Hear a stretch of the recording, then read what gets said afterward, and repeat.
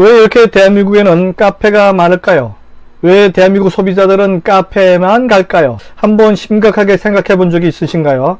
그렇다면 이렇게 바뀐 근본적 이유는 무엇일까 궁금하지 않으세요? 월드 비즈니스 트래블러인 유통구단인 저는 이렇게 결론을 내립니다. 도심에 시민들이 편안하게 앉아서 쉬고 이야기할 공간이 절대적으로 부족하기 때문입니다.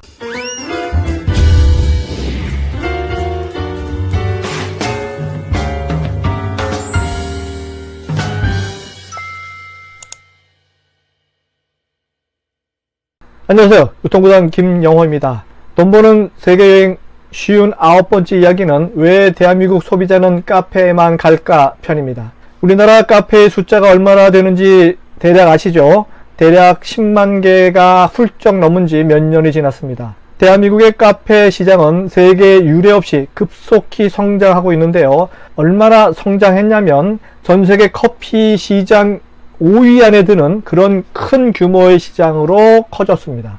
그렇다면 이처럼 어마어마하게 커진 대한민국 카페 시장은 무슨 이유가 있었을까요? 대한민국 카페 문화를 거의 만들다시피 한 스타벅스가 한국에 입성한 것이 1999년입니다. 약 20여 년 전 남짓한 세월 속에서 한국의 카페 마켓은 세계적인 수준이 된 것이죠. 최근 우리나라 사람들이 음료 문화에서 큰 변화라고 한다면 거리 곳곳에 앞다투어서 카페를 개점하고 있다는 점입니다. 그렇다면 왜 이렇게 대한민국에는 카페가 많을까요? 한번 심각하게 생각해 본 적이 있으신가요? 그렇다면 이렇게 바뀐 근본적 이유는 무엇일까 궁금하지 않으세요? 월드 비즈니스 트래블러인 유통구단인 제가 결론만 먼저 말씀드린다면 도심에 시민들이 편안하게 쉬고 이야기할 수 있는 공간이 절대적으로 부족하기 때문입니다. 부족 정도가 아니라 아예 없다는 표현이 맞습니다. 당연히 시민들은 한 집 건너 존재하는 카페라는 곳을 찾게 되고요. 비싼 커피 값을 지불하면서 유료로 그 공간을 사용하고 있는 중입니다. 전 세계 42개국 108개 도시를 시장 조사했던 제가 본 선진국, 선진도시는 도심에 녹지 공간이 참 많습니다. 많아도 정말 많습니다. 특히 행복지수가 제일 높은 나라 3국, 핀란드, 덴마크, 스웨덴, 그리고 살고 싶은 도시 멜버른, 비엔나, 밴쿠버 이런 베스트 3 모든 국가와 도시는 똑같은 조건을 갖추고 있습니다. 복사하기로 복사한 듯 똑같습니다. 도심의 녹지가, 도심의 공원이 정말 많다는 공통점을 지닌 복지 국가들, 그리고 살고 싶은 도시들.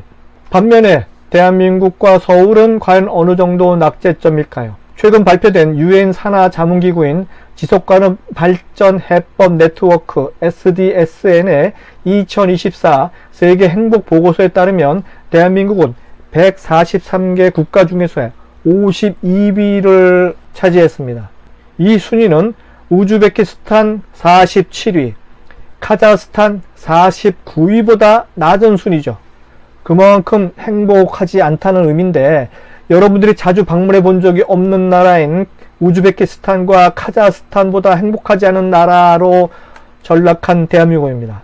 또 다른 자료를 한번 볼까요? 영국의 경제 주간지 이코노미스트의 계열사인 EIU, 이코노미스트 인텔리전스 유닛이 발표한 세계에서 가장 살기 좋은 도시 2024 보고서에 따르면 아시아 도시로는 탑10에 유일하게 오사카 빼고는 모두 전멸한 아시아 도시들입니다. 월드 비즈니스 트래블러인 제가 멜버른, 비엔나, 밴쿠버 등 살기 좋은 1, 2, 3위 도시를 다 다녀온 방문자로서 감히 이야기합니다. 가장 살기 좋은 도시라는 이런 결과가 나온 도시들의 공통점이 있습니다. 뭔지 아시죠?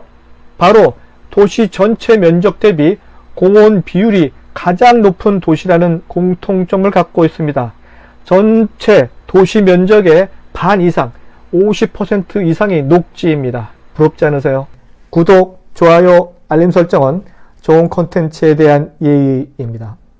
멜버른, 비엔나, 밴쿠버 등 3개 살고 싶은 도시 모두 인간과 자연, 자연과 인간이 함께 살아가는 그런 땅임을 금방 알 수 있게 됩니다. 도심 곳곳에는 정원의 도시, 녹색 도시라는 별칭에 걸맞게 많은 공원들이 드넓게 펼쳐져 있어서 시민들에게 편안한 안식처가 됩니다. 도심의 녹지율이 무척 높은 편이니까 도심 공기가 맑고 병충해가 별로 없어서 어린아이들도 부모와 함께 잔디밭을 뒹굴거나 거니는 모습을 쉽게 볼 수 있습니다. 반면에 서울은 어떤가요? 한강을 한번 볼까요? 한강변에 고층 아파트들이 즐비한데 이젠 고도 제한도 없애버린다고 합니다. 몇 년 후엔 한강변에 고층 아파트 숲으로 변해버린 자연은 쳐다볼 수도 없은 그러한 서울이 예측되는데 정말 상상하기도 끔찍합니다. 참으로 자연과 공존하지 않는 회색 도시, 빌딩 도시를 만드는 서울 및 대도시 정책을 보면서 정말 살고 싶지 않는 도시라 여겨지는데요. 이제 막 시작하는 이재명 정권에 많은 기대를 하고 싶습니다. 과연 5년 뒤 대한민국은 어떻게 변해 있을까요? 앞으로 진정 선진국, 선진도시의 위상을 가져갈 수 있도록 환경 중심형 도심 개발이 가능했으면 좋겠습니다. 그러려면 여러분들이 정신 바짝 차리고 시장 잘 선택해야 합니다. 우리 미래의 주인인 10대, 20대들에게 녹색의 푸르름을 선물해 주었으면 합니다. 이들에게 장밋빛 미래와 도전할 의욕을 북돋아줄 수 있는 정치 행정이 되기를 희망해 봅니다. 자, 결론에 이릅니다. 왜 서울에는, 대도시에는 카페만 즐비할까요? 사람들이 갈 곳이 없어서 자꾸 카페에 오게 되니까 카페 장사를 계속하는 것 아닐까요? 왜 그 많은 사람들이 카페에만 몰려갈까요? 도심에 안락한 녹지 공간이 없으니까, 공원이 정말 없으니까 할 수 없이 카페로 몰려 들어가게 됩니다. 정말 슬픈 비극적 현상이 서울 및 대한민국 대도시에서 일어나고 있는데 말이죠. 새로 탄생한 국민주권 정부는 복지국가로 가는 길로 매진해 주시기 바랍니다. 복지국가는 시민들이 편안히 쉴 수 있는 공간을 많이 만들어주는 그런 국가라는 생각이 듭니다. 그래야 카페 가는 횟수도 줄이고 필요 없는 경비도 줄여서 가게의 보탬이 될 것 아닌가 싶습니다. 그래야 진정 자연과 함께 하는 정말 살고 싶은 도시의 삶이 되지 않겠습니까?